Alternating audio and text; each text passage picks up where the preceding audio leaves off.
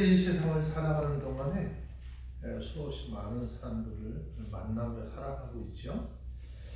그런데 우리가 그렇게 만나는 사람들마다 각기 성향이 좀 다르죠. 그래서 서로가 이렇게 대화를 나눌 때 굉장히 좀 조심해야 할 그런 부분들이 좀 많이 있어요. 그리고 또 우리가 만나는 사람 중에는 뭐 때로는 거만한 사람도 있고요, 아주 겸손한 사람도 있죠. 성경은 본문의 말씀을 통해서 거만한 사람과 지혜로운 사람을 어떻게 대해야 할 것인가라는 것을 말씀하고 있는데, 함께 살펴보면서 은혜를 나누기를 원합니다.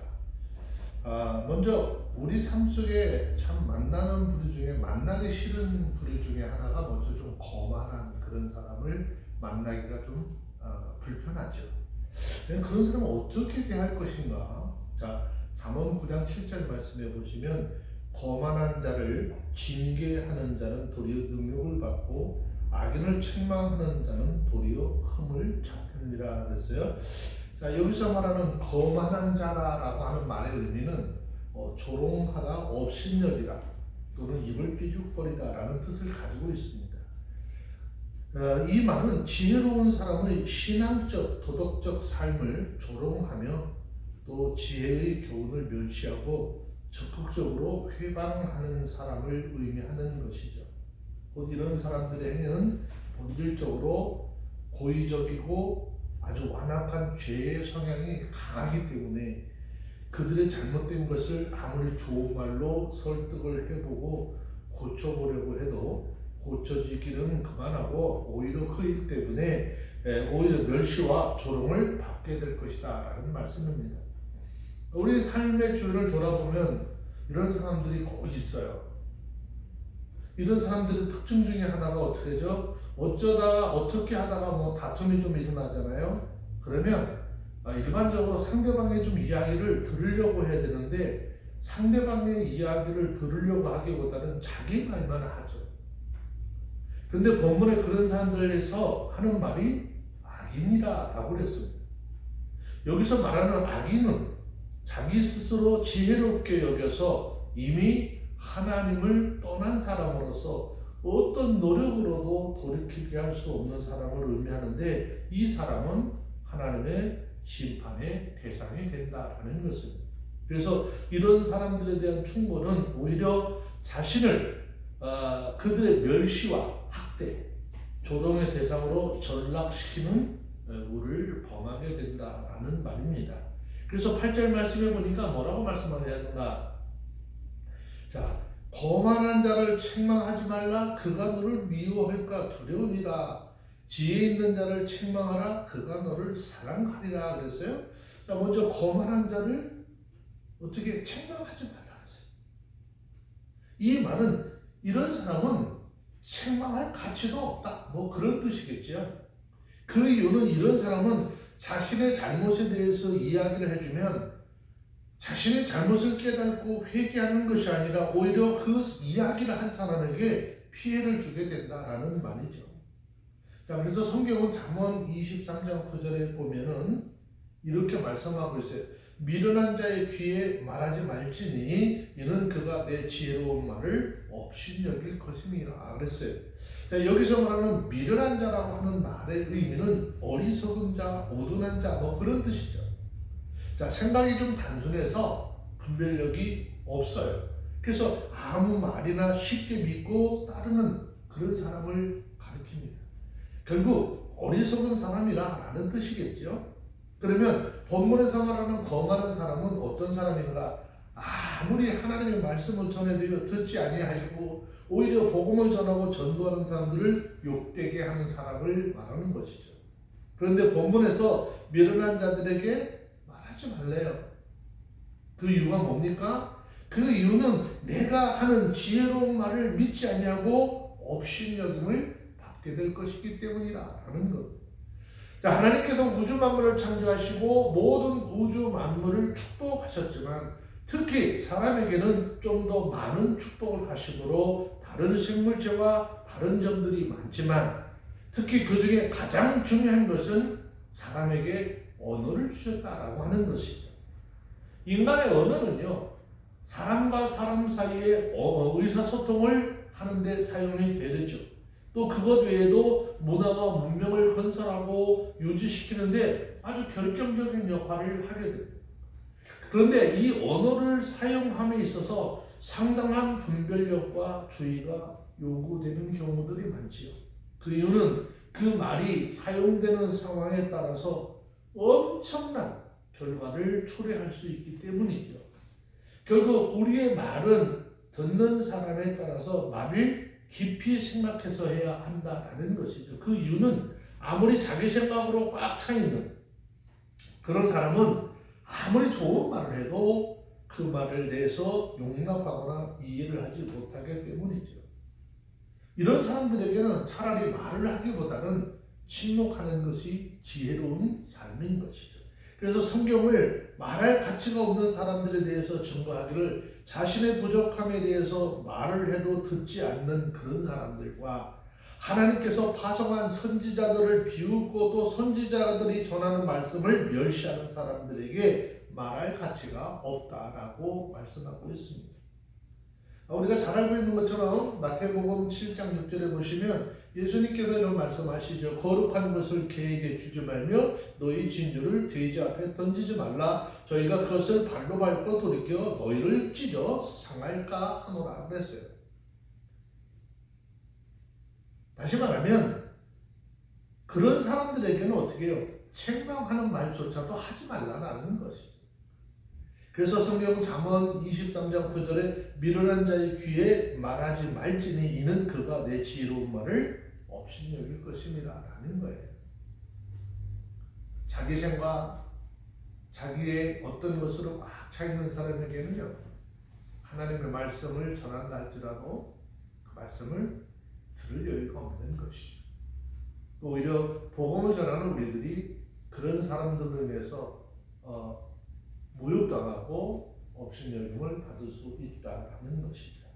자, 그래서 다시 오늘 본문 9장 9절에 있는 말씀을 돌아보면 지혜 있는 자에게 교훈을 더하라. 그가 더욱 지혜로울 것이요 의로운 사람을 가르치라. 그가 학식이 더하리라 그랬어요. 자, 이 말씀은요 8절 후반절과 연결하여 말씀하고 있는 것인데 지혜로운 자에게 권면을 하는 것은 그 권면하는 자신은 물론 지혜 있는 자 모두에게 서로 유익을 얻게 될 것이다 라는 것입니다. 여기서 말하면 학식이라고 하는 말의 의미는 학문, 교훈, 식견, 통찰력, 지식, 설득력 뭐 이런 의미들이 포함이 되어져 있어요.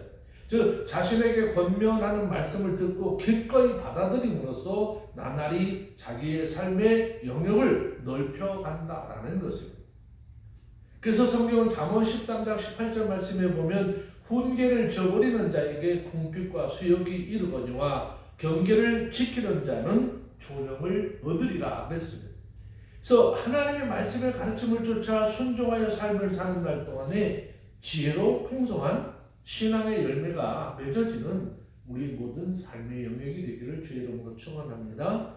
자, 그럼 어떻게 이 지혜를 얻을 수 있을까요? 본문 10절에 있는 말씀을 내려서 보시면 여호와를 경외하는 것이 지식의 근본이요 거룩한 자를 아는 것이 명철이니라 그랬어요.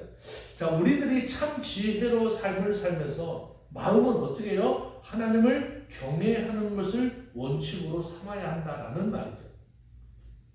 자, 하나님을 경외하는 삶은요, 하나님의 진노하심에 대한 두려움과 인생들에게 베푼 은혜를 기억하고 하나님의 말씀에 100% 순종하며 살아가는 것이죠. 물론 이렇게 살려면요, 처음에는 굉장히 큰 고통이 따릅니다. 하지만 순종하여 살고자 할 때 하나님의 사랑이 점차로 그 고통을 어떻게 몰아내줄 것이다 라고 하는 것이죠. 그러기 위해서는 머리는 하나님을 아는 지식으로 가득 채워지지 않으면 안 되는 거예요. 그리고 그 지식으로 하나님께 예배하며 봉사하며 우리 자신을 거룩하게 구별해야 하는 것이죠. 자, 그래서 성경은 전도서 12장 13절에서 말씀하시기를요, 하나님을 경외하고 그 명령을 지킬지어다 이것이 사람의 본분이니라 그랬습니다. 자, 솔로몬이 전도서 12장을 통해서 하나님 앞에 인생의 이모저모를 자세하게 우리에게 설명을 해주었는데 그 설명의 결론이 뭐냐? 두 가지 말씀하고 있는 거예요.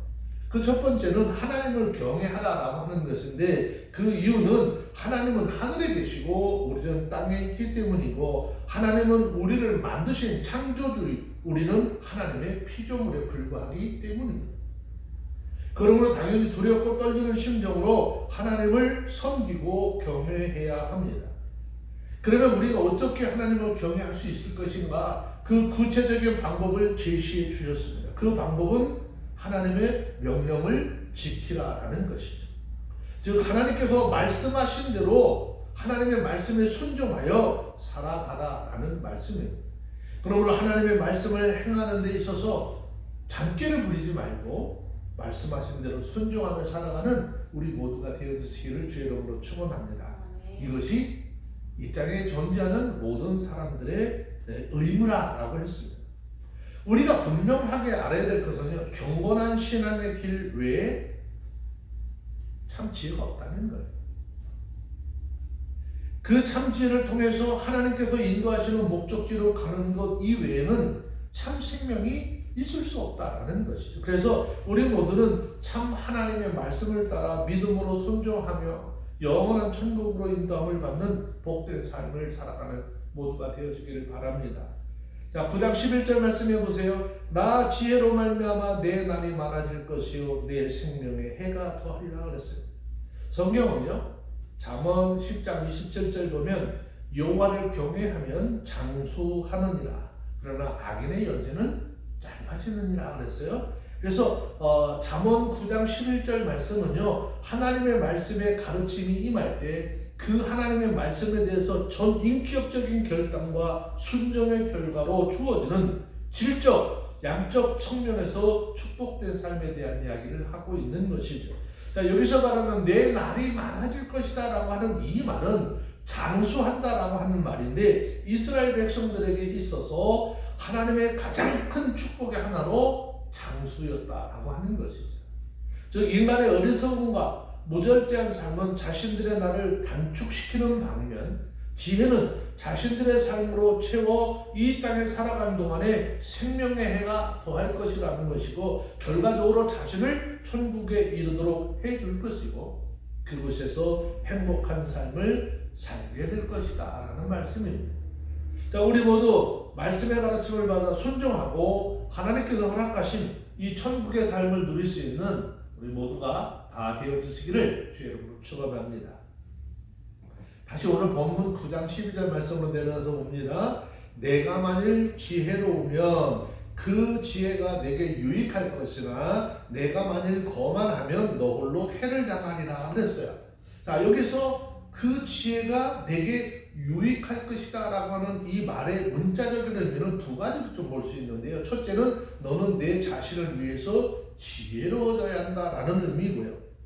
자, 지혜의 모든 결과적 소산물들은 지혜자 자신에게 유익함으로 돌아가게 된다라는 사실을 말씀하고 있어요. 두 번째는 내가 지혜로우면 너를 통해서 내 이웃들도 지혜로울 수 있다라는 뜻입니다. 즉 지혜자의 사회적 책임을 강조하고 있는 것이죠. 그러므로 이 말은 그리스도인들이 사회에 끼치는 영향력으로 말미암아 우리가 몸담고 있는 사회까지도 변화를 가져오게 될 것이다 라는 의미인 것이죠. 성경은 예수 믿고 이 시대를 살아가는 우리들에게 말씀하십니다. 고린도후서 2장 15절 16절 말씀을 보시면 우리를 구원 얻는 자들에게나 망하는 자들에게 하나님 앞에서 그리스도의 향기니 이 사람에게는 사망으로 쫓아 사망에 이르는 냄새요 저 사람에게는 생명으로 쫓아 생명에 이르는 냄새나 누가 이것을 감당하리요 그랬어요. 여러분, 이 말씀의 의미가 뭘까요? 이 말씀의 의미는 이런 겁니다. 곧 복음을 전할 때 우리가 전하는 복음을 영접하는 자에게 생명의 향기가 되고 복음을 거절하는 자에게 사망의 향기가 된다라는 것이죠. 아주 굉장히 놀랍고 충격적인 말씀입니다. 그런데 이것은 이 당시 로마 군대가 전쟁에서 승리하고 본국으로 돌아올 때 그 개선식에 행해졌던 그런 개선식과 연관되어져 있는 표현이죠. 이 당시 전쟁에서 승리를 하고 돌아오는 로마의 군대 장관들은요, 군대를 이끌고 카피톨리루스 언덕에 있는 주피터 신전까지 행진을 합니다. 그런데 거기에서 희생을 바치고 향을 피웠어요. 그런데 그때 그 향내가 온 거리에 진동을 했다라고 전해지고 있습니다. 물론 이 향내는 로마인들에게는 굉장히 큰 기쁨을 주었을 거예요. 그런데 반대로 이 향내는 전쟁에서 패배해서 포로로 잡혀온 사람들에게는 슬픔이 더하는 것이죠. 왜? 이것은 자신들의 죽음을 의미하는 것이기도 했기 때문이죠. 왜냐하면 개선 의식이 끝나면 그들의 수장은 광장에서 처형되어야 했고, 또 자신들은 비록 목숨이 보존된다 할지라도 누구에게 어떤 곳에 노예로 끌려가서 마치 죽은 듯이 삶을 살아야 했기 때문이죠. 자, 한 가지 향내가 어떤 사람들에게는 기쁨을, 어떤 사람에게는 죽음을 의미했습니다. 자, 이처럼 그리스도의 향기를 가진 성도는 이 사람에게는 사망을 쫓아 사망에 이르는 냄새요, 저 사람에게는 생명을 쫓아 생명에 이르는 냄새가 된다라고 그랬어요. 무슨 말일까요? 그리스도인들이 움직이는 것은요, 여러분 그냥 움직이는 것이 아닙니다. 그리스도인들이 움직이는 것은요, 생명과 사망을 전달하는 것입니다. 그렇다고 해서 무슨 그리스도인들이 생사를 주관한다 그런 말이 아닙니다. 그리스도인들이 전하는 복음에 생사를 결정하는 능력이 있다라는 말씀입니다. 즉 그리스도인들이 전하는 복음을 따라 예수 그리스도를 영접한 사람들의 생명이 그렇지 않은 자에게는 영원한 사망이 임하는 것이죠. 이런 의미에서 마치 성도들은 다 누가 아브라함과 같다는 것이죠. 창세기 12장 2절 3절 말씀에 보면 아브라함이 하나님으로부터 소명을 받았을 때 그가 하나님께 어떤 약속을 받았는지 우리는 성경을 통해서 살펴봐야 합니다. 하나님은 아브라함에게 말씀합니다. 너는 복의 근원이 될지라. 너를 축복하는 자에게 내가 복을 내리고 너를 저주하는 자에게 내가 저주하리니 땅의 모든 족속이 너를 인하여 복을 얻을 것이니라 라고 하셨죠. 자, 이렇게 말씀하셨듯이 아브라함은 하나님 앞에 복의 근원이었습니다. 그리고 그를 영접하는 자 축복을, 그를 저주하는 자에게 저주를 내리셨어요. 그럼 이 시대를 살아가는 우리들도 이와 비슷한 것이에요. 하나님께서 아브라함을 택하셨듯이 저와 여러분들도 하나님이 택하셨어요. 우리는 복의 근원 되신 하나님과 지금 동행하는 자들이죠. 그렇기 때문에 우리는요, 하나님의 복을 전달하는 전달자라고 할 수 있는 것입니다. 우리는 하나님과 함께 다니면서 우리가 전하는 복음을 받아들이는 사람과 그 복음을 거부하는 사람들을 통해서 사망과 생명이 엇갈리는 것을 보게 되는 것입니다. 즉 우리 안에 계신 주님을 영접하는 자에게 새 생명이 들어가게 됨을 보는 것이고요. 반면에 주님을 거역하는 자에게 사망이 들어가는 것을 어떻게 보게 되는 것입니다. 그래서 우리들은 우리를 통해서 생명이 전달되는 것을 보고 어떻게 기뻐할 수 있어야 되는 거죠. 사망이 임하는 것을 보면서 어떻게 애통하고 간절한 마음으로 기도할 수 있어야 하는 거예요. 소돔과 고모라 성에 임박한 심판을 보면서요, 아브라함이 얼마나 애써 기도했었을까요? 유다에 임박한 패망을 보면서 예레미야가 얼마나 많이 울었을까요? 그러면 우리가 생명과 사망의 전달자라고 하는 이 사실을 여러분 간과해서는 안 되는 겁니다. 우리가 복음을 전달하는 것을 여러분 가볍게 여기거나 소홀히 여기면 안 됩니다. 우리에게는 예수 그리스도의 마음의 절실히 필요합니다. 영혼을 향한 주님의 마음이죠. 특별히 우리에게 주어진 사명을 잊어버려서는 안 됩니다. 여러분 우리 주위를 한번 이렇게 둘러보세요. 누가 여러분 곁에 있습니까? 여러분 곁에 예수 믿어 구원받은 생명의 소유자들만 있습니까?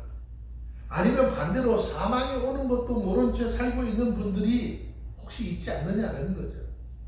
주변에 있는 사람부터 이 복된 소식, 생명의 소식을 전달할 수 있도록 해야 하는 것입니다. 바라는 저와 여러분 모두가 생명의 전달자로서 최선을 다하는 은혜가 여러분의 삶 속에 있어지기를 주의 이름으로 축원합니다. 하지만 이 사명을 잘 감당하지 못하면 어떤 결과를 가져오게 될 것인가? 12절 말씀해 보니까 너 홀로 해를 당하리라 그랬어요. 우리가 어떤 삶을 살든지 그 선택의 결과는 전적으로 개개인에 달려 있다라고 하는 것을 보여주는 것이죠. 여기서 우리들은 아주 중요한 것을 볼 수 있어야 합니다. 우리들은 무엇인가 잘못된다면 그 잘못이 인정하려 하지 아니하고 꼭 누구에게 핑계를 대려고 하죠. 이것은요, 죄 가운데 빠진 인생들의 습성이죠. 마찬가지로 마지막 때 하나님을 택하지 아니하고 세상을 택하여 죄 가운데 살다가 심판을 당하는 그날에 그 삶에 대한 결과가 주어질 것인데 그 결과는요, 자신의 탓으로 돌려야지 하나님의 탓을 할 수 없다라는 것이에요. 왜? 하나님은 저와 여러분들을 죄 가운데 빠지게 한 것이 아니잖아요. 성경은 신명기 30장 15절 16절에 말씀합니다. 보라, 내가 오늘날 생명과 복과 사망과 화를 내 앞에 두었나니 곧 내가 오늘날 너를 명하여 내 하나님 여호와를 사랑하고 그 모든 길로 행하여 그 명령과 규례와 법도를 지키라 하는 것이라. 그리하면 내가 생존하며 번성할 것이요 또 내 하나님 여호와께서 내가 가서 얻을 땅에서 내게 복을 주실 것임이라 그랬어요. 그러므로 모든 인생들이 죄 가운데 빠지는 것은요, 사단의 유혹에 이끌렸기 때문이죠. 자, 우리가 이 사실에 대해서 분명하고 확실하게 깨달아야 할 것은, 여러분, 사단은 우리를 죄 가운데 빠지고 사망 가운데 빠지도록 시험하고 유혹할 수는 있지만 너 거기에 들어가라고 강요할 수는 없다는 것이죠.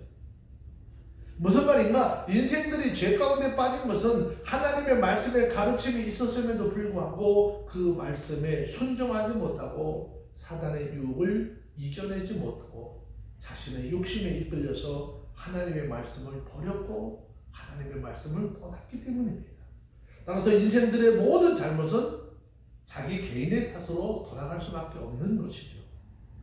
결과적으로 오늘 본문의 말씀을 통해서 우리에게 말씀하시고자 하는 것은, 누구든지 하나님의 말씀의 가르침을 떠나 죄 가운데 빠져 살면 그 삶의 결과가 우리 스스로 멸망하게 하는 것이고 내 피는 내 머리로 돌아갈 것을 알라라는 것입니다.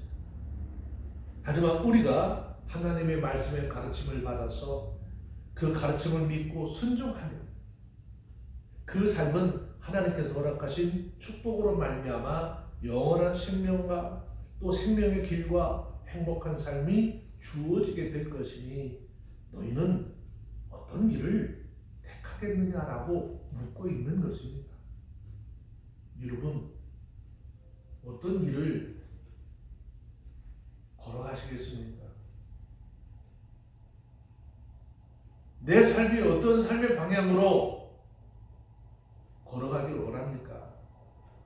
저와 여러분들, 내가 스스로 내가 어떤 길을 걸어갈 것인지 결정해야 하는데 그 결정에 대한 결과는 우리 스스로 책임을 져야 한다라는 것을 명심하시기를 바랍니다.